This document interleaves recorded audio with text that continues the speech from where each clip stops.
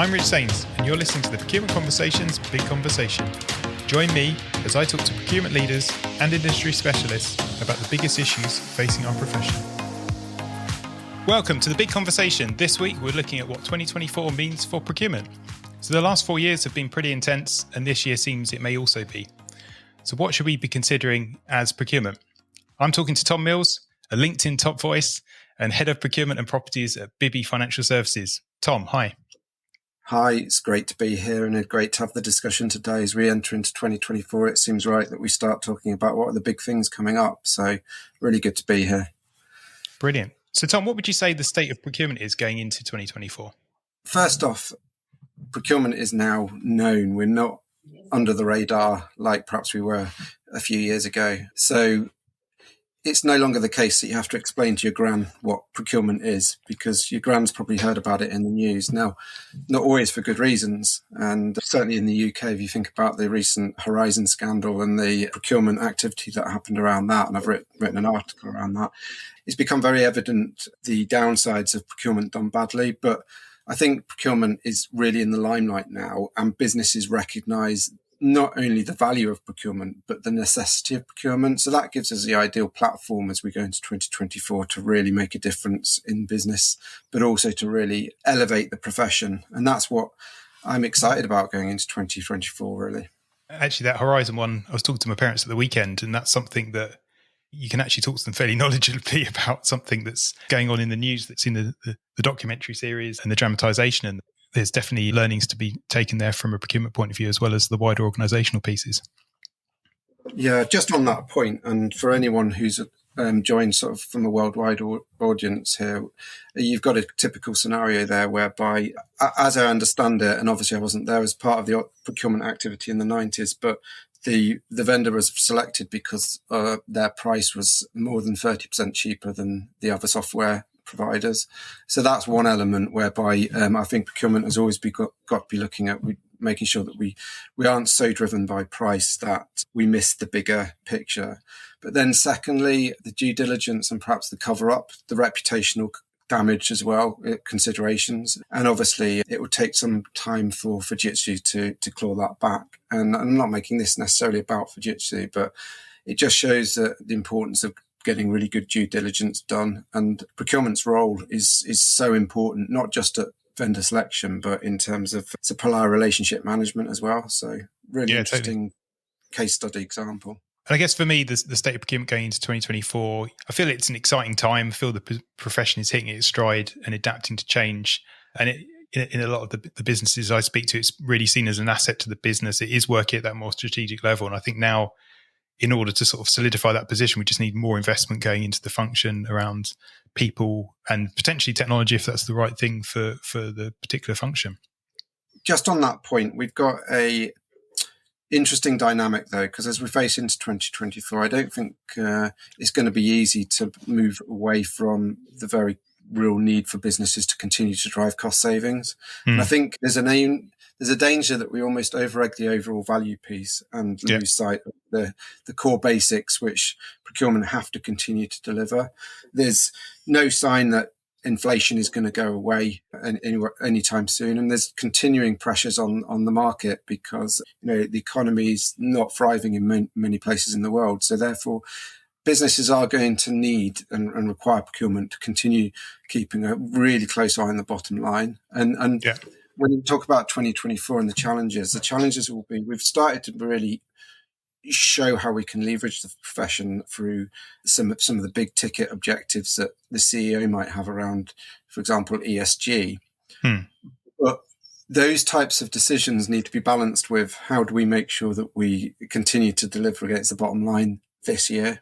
And there was a really interesting example. I met someone last week at a conference in London who was talking about the procurement. It works in the rail industry and the procurement of kind of engines for and those decisions being sort of 5-6 years down the line in terms of moving from diesel to fully electric vehicles. But it's really interesting, that dynamic of how much do we focus on cost now versus ESG later. And I don't think, well, I'd be interested from the audience in the comments as to whether anyone's got the answer, but I think that balance is going to be key this year.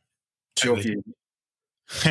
Yeah, it's one of those difficult times, isn't it? We are in this transition phase from one way of working to another, and we've got to get to that new way of working very, very quickly around the ESG side of things. But if there's an economic uncertainty piece, there'll need to be a bit of balancing there in terms of cost savings versus additional cost for these new ways of working. What do you think the big themes are going to be in terms of macro risks and opportunities? And I guess especially focusing this around what procurement people should be doing.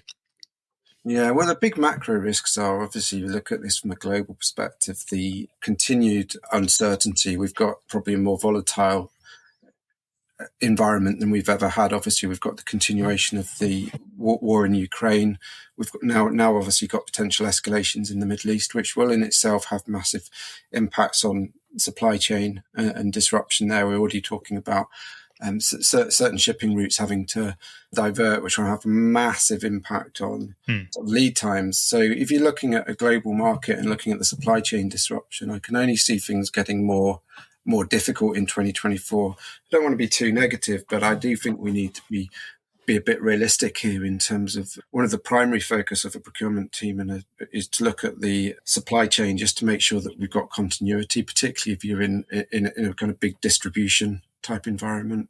Yeah. And then if you think about some of the inflationary impacts of the continued impacts on things like the price of grain, for example, or the price of oil, we're not going to see any sudden trend that reverses the kind of downward trend we've had since 2020. So I think that brings me back to the fact that the two primary things that procurement teams need to be absolutely laser focused on are continuity of supply and making sure that they've got a really keen eye on the bottom line and making sure that they're able to really support their business to continue to drive some stability. In total, I guess in summary, it's a very unstable environment, and 2024 is going to be really interesting in terms of how procurement teams manage that. And added to that, you've got elections. I think it's half the world is going to the polls in 2024. That's about 4 billion people, 40 countries. I did have a list of all the countries, but I think some of them actually probably voted already because we're now 3 weeks into the year. But that obviously, when you're going through transitions in terms of political transition, that also means that businesses hold back, see, is there going to be a change of regime? And that can hamper investment. And obviously, depending on how contentious those elections are in particular regions, it could be that you sort of have a longer period of uncertainty around that. So that's another key area. It also creates significant volatility in terms of the exchange rates. There's almost there's a short-term impact. So I think it'll be really interesting to see that, but also just at a macro level, huge amounts of advertising revenue go into elections. I know people like to think that they're kind of all independent and not funded by money, but huge elements of a country's economic output is delivered into funding elections. So it'll be just really interesting to see how that has an impact on the economy as well. Definitely. Another, I think, key trend for 2024 has been this whole piece around AI, and I know you're very passionate about it, aren't you? So what are your thoughts on AI? Well, firstly, I'm not going to position myself as an AI expert, and I would question anyone who does position themselves as that. Although, Rich, if I go on your LinkedIn and I see that you've got AI expert in your first line, then I'll take that off now. I'm just going to... Yeah, exactly. But the interesting thing will be, what does AI actually mean for procurement individuals in 2024? We've been to some conferences ourselves, Rich, where you can pretty much guarantee that whatever sales stand you get to, the tech startup will be talking about how they've integrated with AI. We've also been on the other side of the coin where you're almost looking at a situation where there's an expectation from procurement teams now when asking questions as a part of an RFP that there's some kind of AI integration, but I'm not convinced that many procurement teams know what that AI integration actually means and what it's going to deliver for them. So I think this is the year of discovery. I think we've gone through 2023 where we're almost kind of, I described it as the grief curve, where I went through the kind of denial, the anger, and then I'm kind of at the acceptance phase now that AI is going to be a key driver to procurement moving forward. Again, I'm really interested, and I'd be really interested to hear questions on this in terms of how we actually think AI is going to impact us in 2024. So there's a couple of things that I've been considering. Firstly, I've published a couple of LinkedIn posts recently around how we can use AI in our day-to-day as a kind of productivity hack. So there's lots of activities now where I'll just go on to ChatGPT and ask some questions to help summarize a document, or to help create an RFP document, or to help deliver some key questions that I might want to ask ahead of a negotiation. So I think the really tuned in procurement individuals will be using AI from that point of view. But then the interesting thing will be, if we are investing in tech for procurement, what is the actual role of AI, and how are we going to make sure that we're getting the right tech? There's almost a kind of, I worry a little bit that we've got a lot of hype around AI, but we haven't quite got a full understanding of what's actually going to deliver for procurement teams. I'm going to throw that back to you, therefore, Rich. What's your view?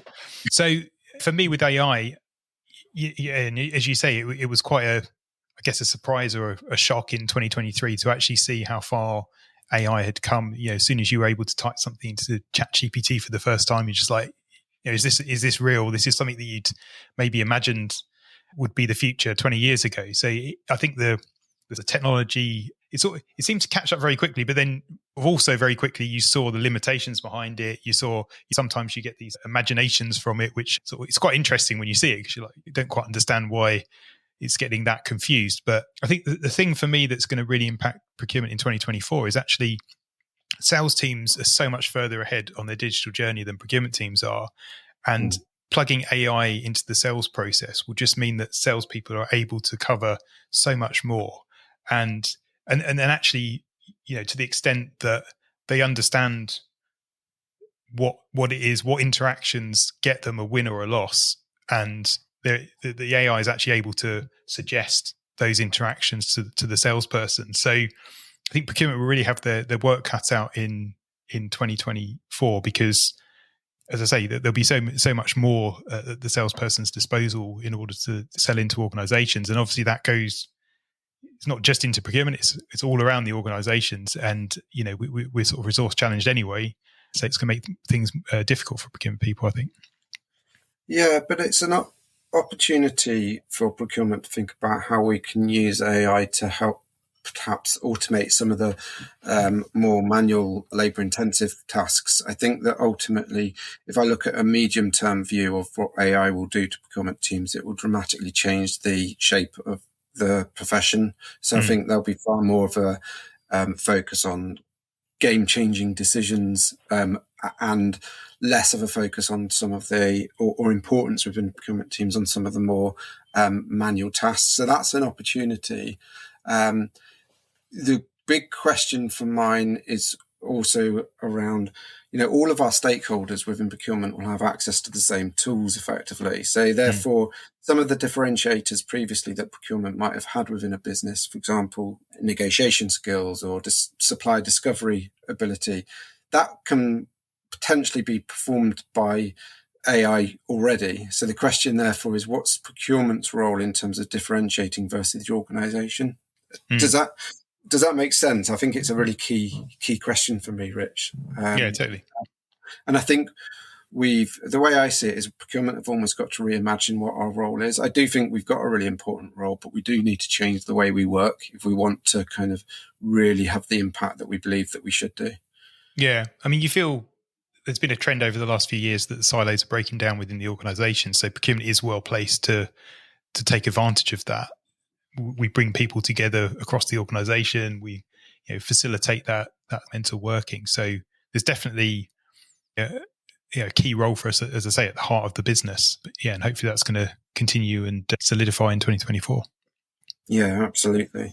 I think one of the things that we really need to do is think about how we develop really better partnerships with our supply base. I think the key differentiator for procurement will be actually the relationship building with suppliers. So, for example, a big part of the next stage on AI is to really understand the pain points and make sure that both sides understand what really is important and how we can drive that kind of tech stack together. So I think procurement will become a less adversarial role. It will become more of a partnership role within the business. And I think supplier relationship management will therefore become even more important. No, Rich, you can't have a conversation about procurement like we did today. We didn't even have AI on the agenda, and we're already talking about AI. So the question is, I guess the big question is, 2017 it was blockchain. You couldn't go into a Yeah, supply chain interview without talking about blockchain. 2013 it was all about the cloud. Prior to that, I'm sure it was all about the internet. I do think that AI is going to be game changing, but just how much and how is to be determined. And I think there's a danger at the moment that we've almost got so blown away by the hype that we need to almost take a step back and say, okay, but what's this actually going to mean in 2024, and how do we plan for this? And I think that's going to be key for procurement teams. I mean, yeah, I've been in tech procurement for over 20 years. And as you say, every few years, there's this buzzword. Sometimes it's just renaming something that's already there, but it's slightly snazzy. So cloud, as soon as infrastructure as a service became cloud, it was like suddenly that's something that is on the CEO's agenda. And as soon as it's on the CEO's agenda, then it's on the CIO's agenda. And then it's like, procurement are involved as well. So, but yeah, you have these buzzwords from time to time, and AI is just another one of those. And it's where the technology's sort of the hype's caught up with the actual technology. And yeah, I think all you can say is it is as transformational as, say, the internet. So therefore, it will have an impact on our businesses. And as you say, it's sort of to be determined what that looks like and what that does to procurement. But yeah, it's definitely there. What about any other trends? I had something about talent. I don't know. Yeah, how we'll see the talent markets this year, but. Yeah, well, it was really interesting actually, because I wrote a LinkedIn post yesterday, which kind of blew me away, the response, because I was trying to make the point around perhaps we should be putting more emphasis on recruiting people with 0 years of procurement experience. I was expecting the usual backlash of negativity from all the MSIPs trained people who have got 20 years of experience in X industry, which, by the way, is great.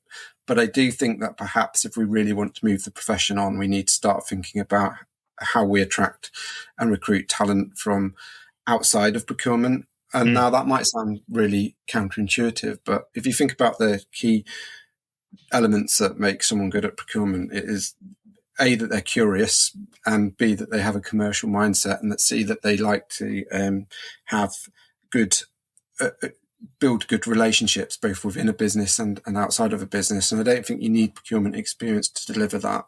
No. The other thing that I think that plays into is the real debate around diversity and how do we drive diversity.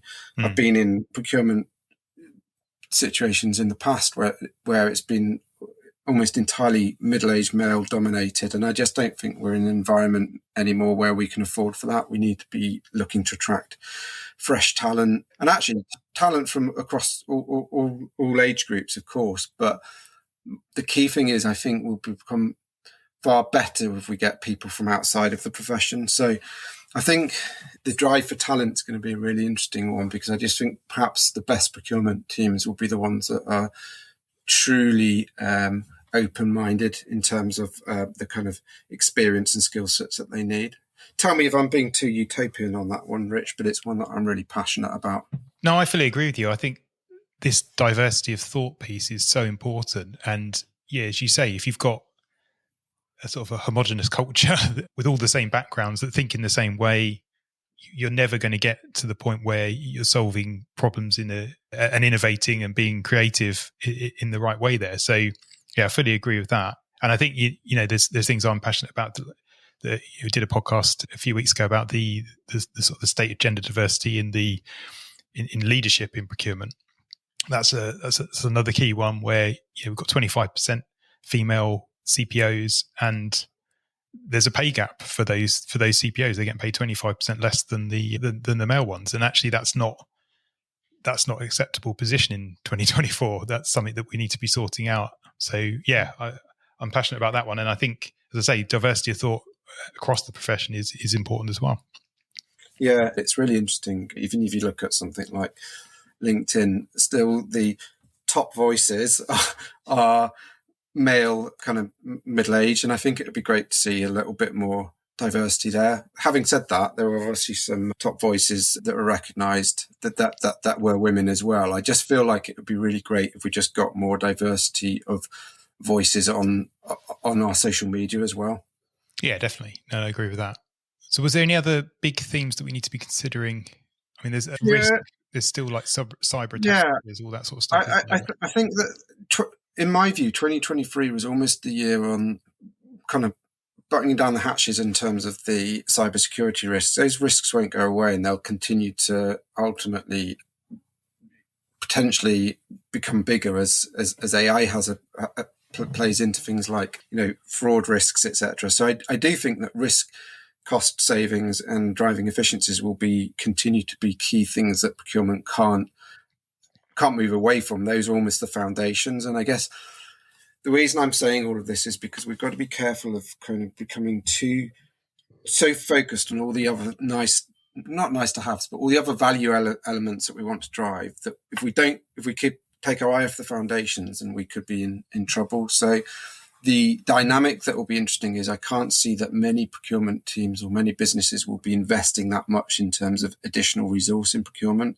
So it's how do we do more with the same or less? And that's where I think we need to look at, well, how can AI help us there? So, and then in terms of themes, I always find it difficult, because there's a danger, again, when you talk about themes and trends, that you get stuck on some buzzwords and you end up almost repeating the things from 2-3 years ago. If we look at ESG, for example, there's no doubt that becomes a continued, almost escalating importance as it becomes key to driving the behaviours of our customers. So end to end, businesses will continue to focus on the ESG.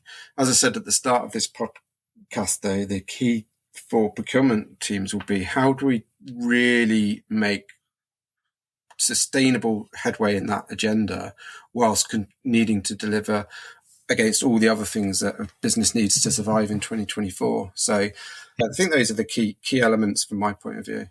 Yeah, it's getting that. I mean, we always talk about balance. It's another one of those things where we've had, over the last few years, all these extra risks that we need to be mitigating.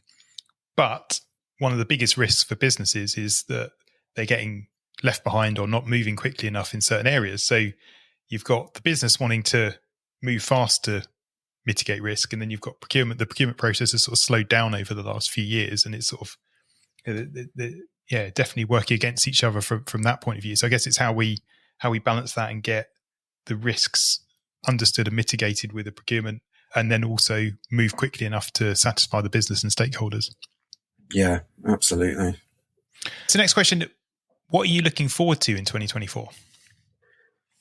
So I'm excited from a point of view of the opportunities that 2024 presents, given that we're now in a situation whereby the importance of procurement is known. I feel like, for me personally, 2023 was the first year that I actually started to properly network. That might come as a surprise to people who've seen me on LinkedIn for the last couple of years, but I was very much the man behind the screen, typing and writing, but I didn't really connect with people in person.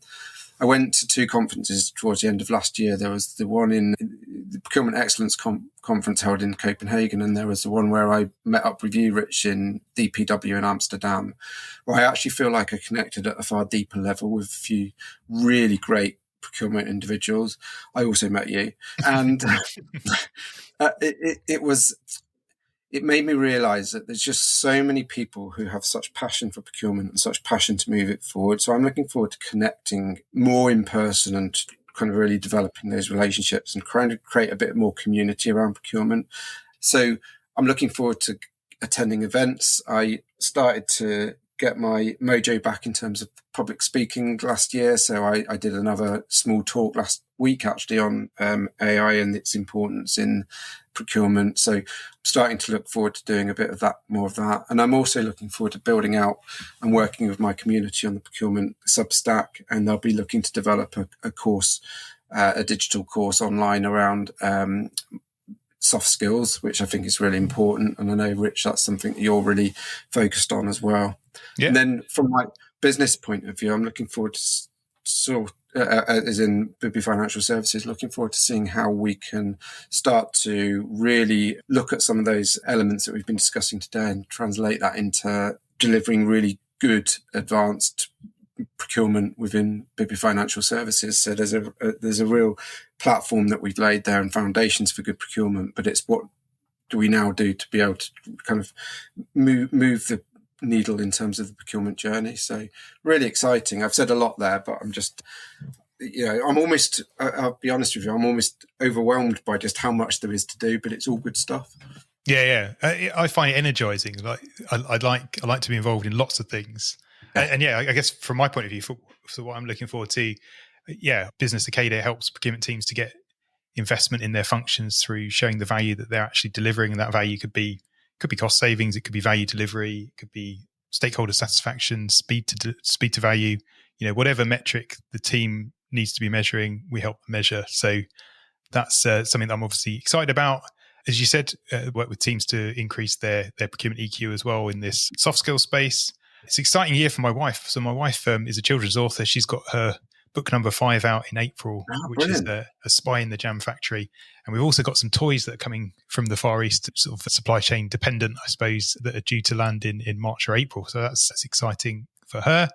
And another piece of excitement for me, I'm a big space fan, and I'm very interested and excited to see the Starship Integrated Flight Test number 3, which we're hoping to see next month. And if you don't know anything about Starship, it's definitely worth a watch on YouTube, because it is the most incredible space vehicle that I've seen in a long time. So those are my 4 things. I love it. And I've talked all about procurement. I will just mention a couple of other things. There's the Euros in 2024 from a football point of view.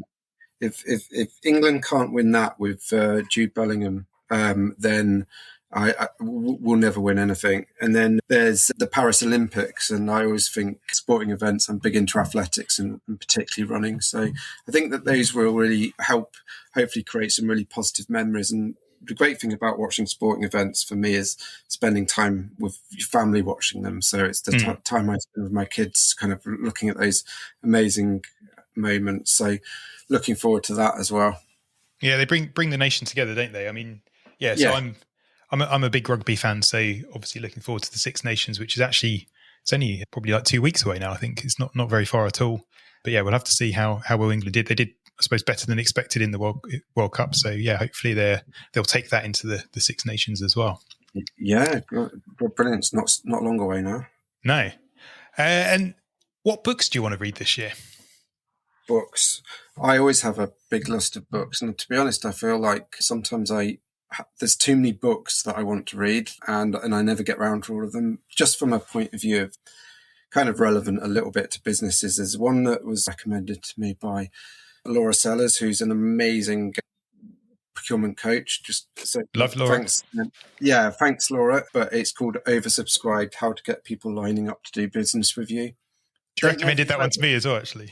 All right. She's probably on some affiliate commission or something. But I will say that I've become massively interested and completely geeked out on how to set up and create your own business. And I think that's a really important thing for procurement individuals to know and understand anyway, because if you understand the sales journey, then you understand business.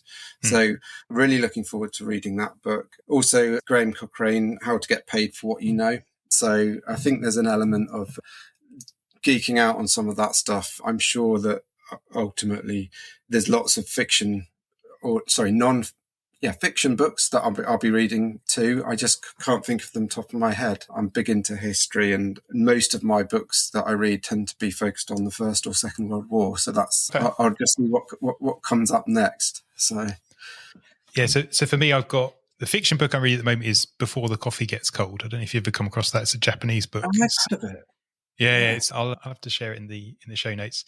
And I'm actually also revisiting 10X, which is the Grant Cardone book. Yes. And it's probably about 13 years old now, but 10X is something that, so Phil Idson of Art of Procurement talks about it a lot. And actually it's the theme of DPW this year. So I was interested to just get a deeper view into what we can be doing in the procurement space around that. Yeah, brilliant. I should just say on books, by the way, I do listen to Audible as well. And my younger brother sent me a gift over Christmas for My Uncle Harry by Michael Palin. And it's really interesting because it's effectively a bit of a biography on, is a biography of a long distant relative who's kind of gone back through the archives from sort of looking at all of the history, and it's just fascinating, when you hear tales of someone from the 19th century. So I do like to delve into the past a lot. So brilliant. That's what I'm listening to currently.